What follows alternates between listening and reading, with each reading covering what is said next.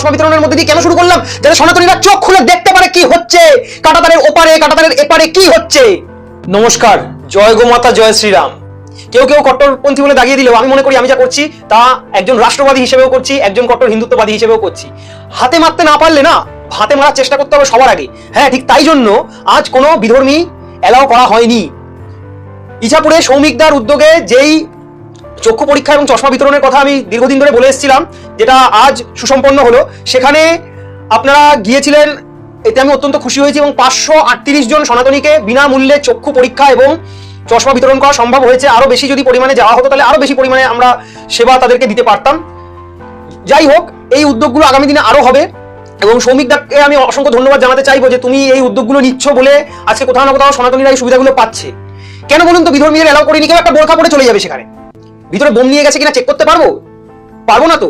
আপনাদের সেফটির জন্য এলাও করা হচ্ছে না, আপনাদের সুরক্ষার জন্য এলাও করা হচ্ছে না। আপনাদের সুরক্ষা এবং তার সাথে সেবা দুটোই দিতে চাইছি আমরা।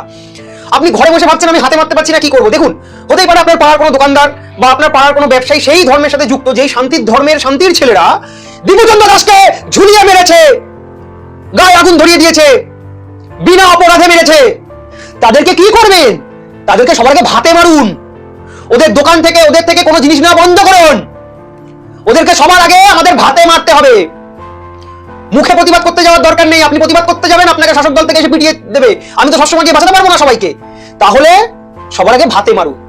আপনার যদি মনে হয় 10 মিনিট হেঁটে গেলে আমি একটা হিন্দু ভাইয়ের দোকান পাবো যেখান থেকে আমি একটা জিনিস কিনতে পারবো, আপনি সেখানে যান, সেখান থেকে জিনিসটা কিনুন। আপনি একটু কষ্ট হবে আপনার।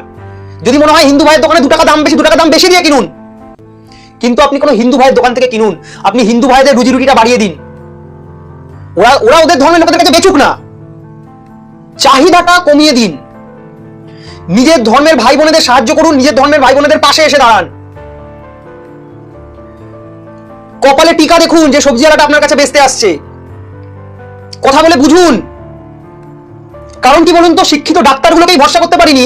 রাইসিন বানাচ্ছিল, ওরা রাইসিন বানাতে পারলে এরা রাইসিন আপনাকে খাওয়াবে না, তার কি গ্যারান্টি আছে? আমরা এখান থেকে প্রতিবাদ শুরু করব।